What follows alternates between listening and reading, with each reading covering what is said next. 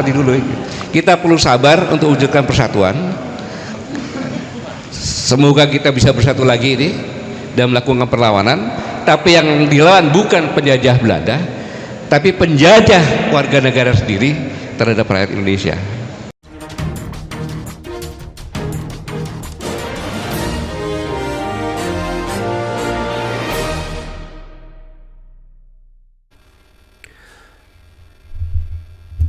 Selamat siang para netizen dimanapun kita berada, salam inspirasi bagi kita semua ya.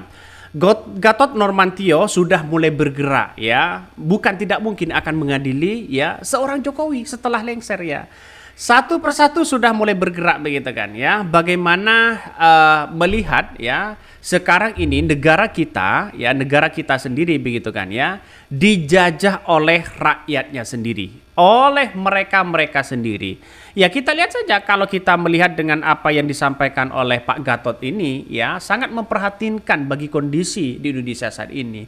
Kondisi saat Indonesia ini mau makmur, mau maju atau apa itu tergantung dari pemimpinnya. Kalau pemimpinnya saya kira pro terhadap rakyat, maka ya kemajuan demokrasi itu akan semakin meluas. Coba kita lihat saja dan bayangkan begitu kan ya, di negara-negara lain ya semuanya itu tergantung pada pemimpin. 95% semuanya tergantung pada pemimpin. Tapi kalau pemimpinnya hanya ya yang saya katakan tadi bahwa tidak pro terhadap masyarakat ya, lebih mementingkan nuansa-nuansa politik mereka, rezim-rezim mereka, para oligarki yang punya kepentingan besar, maka demokrasi itu akan semakin turun. Masyarakat sudah seolah-olah tidak didengarkan.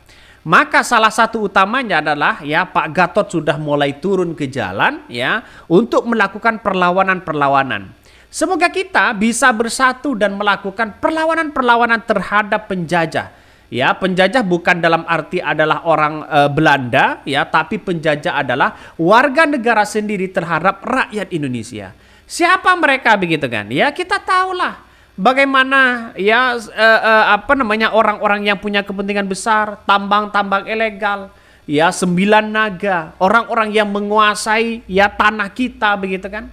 Inilah yang menurut saya pribadi apa yang disampaikan Pak Gatot itu sebagai bentuk perlawanan terhadap orang-orang yang kemudian begitu kan ya hanya memainkan masalah soal-soal itu aja. Makanya Pak Gatot sering membicarakan masalah soal ini begitu terkait dengan situasi politik hari ini. Jalan satu-satunya bukan tidak mungkin seorang Jokowi ini setelah lengser akan diseret di pengadilan, akan diminta pertanggungjawaban di situ. Nah, makanya ini menjadi sejarah begitu kan ya. Kalau orang luar negeri begitu kan ya, orang-orang luar negeri begitu, ketika negara-negara lain, ketika ada yang korupsi, KKN, nepotisme, mereka dihukum ramai-ramai oleh warganya, oleh rakyatnya itu sendiri. Kalau di Indonesia pelaku tambang ilegal, korupsi, ya, terus kemudian banyak di situ begitu kan, ya, melakukan nepotisme KKN, justru itu dibiarkan ditepuk sebelah tangan. Artinya apa? Artinya seolah-olah diberikan apresiasi. Dan inilah yang kemudian kita harus bergerak sebagai masyarakat. Bagaimana nantinya begitu kan ya, perlawanan-perlawanan terhadap orang-orang yang hanya menguasai dan punya kepentingan besar terhadap negara kita. Semoga saja begitu ya, semoga saja di kepemimpinan seorang Prabowo tidak ada lagi yang namanya ini anaknya saya, ini menantunya saya, ini anaknya saya, ini anaknya saya, ini anaknya saya, ya. Semoga tidak ada seperti itu karena ordal ini begitu pengaruh luar biasa.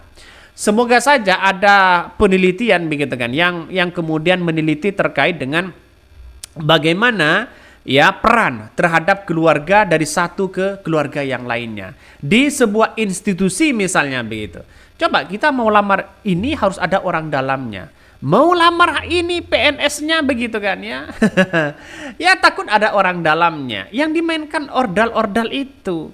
Pada akhirnya apa yang terjadi? Yang terjadi kita lihat saja. Makanya Pak Gatot ini ya sudah mulai turun ke jalan. Ayolah kita berpikir secara jernih. Kita harus lawan orang-orang yang kemudian hanya ingin menguasai bangsa kita, negara kita begitu. Ya karena kita mau bagaimana lagi begitu kan ya. Negara bangsa kita, rakyat Indonesia dikasih uang sedikit pun mereka mau.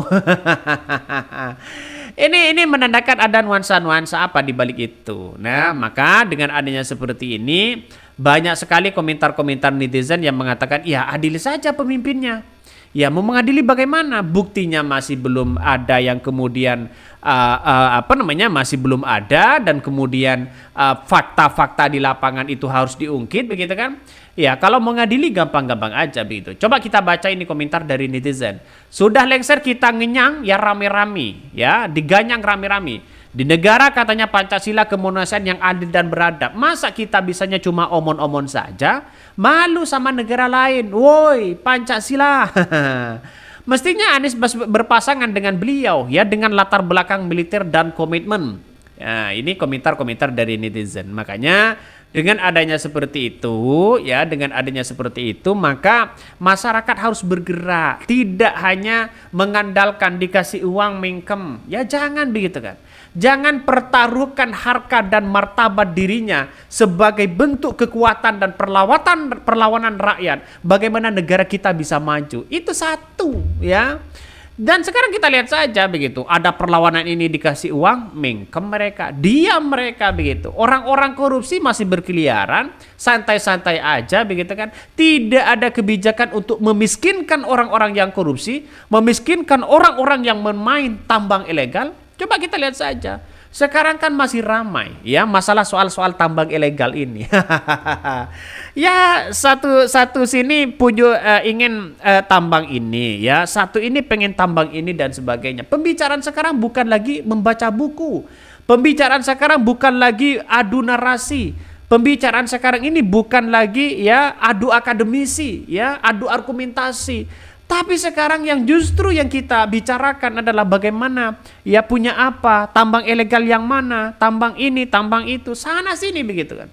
Karena masyarakat itu terobsesi dengan finansial, terobsesi pada bentuk di mana ya finansial itu menjadi kekuatan dalam dirinya.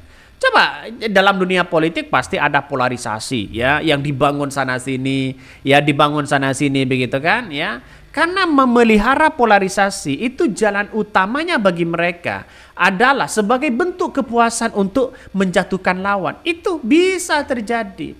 Tapi kalau pemimpinnya tidak baik, pemimpinnya mengandung nepotisme dan sebagainya, wajar dong mengkritik itu begitu kan.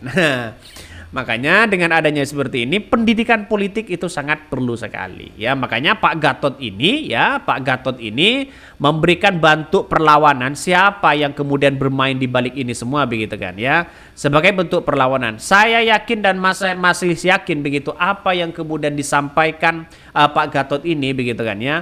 Mungkin di kepemimpinan dari seorang Prabowo begitu kan. Semoga saja tidak seperti ini. Semoga saja tidak seperti yang dialami dan dirasakan hari ini ya.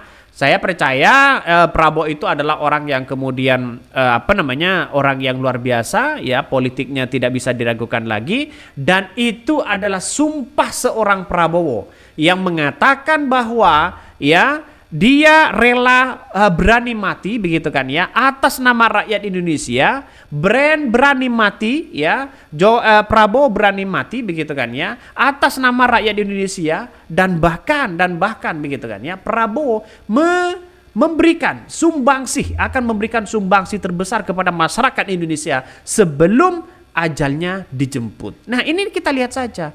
Saya melihat bahwa pandangan saya begitu terhadap Prabowo ini, mungkin di kepemimpinan 100 hari mungkin Prabowo akan memberikan terobosan baru, gertakan baru begitu. Bagaimana masyarakat bisa sejahtera, bagaimana masyarakat bisa punya dampak ekonominya begitu kan. Ini saya kira dulu begitu ketika 2014-2019 yang digagas Prabowo itu adalah ekonomi kerakyatan ya, kesejahteraan masyarakat, angka kemiskinan, pendidikan, kesehatan.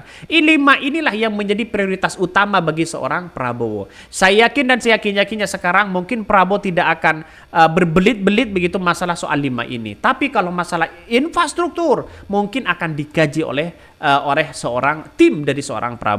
Mungkin itu yang kami sampaikan. Tonton terus channel Hodari Podcast Rakyat ini, jangan lupa di subscribe.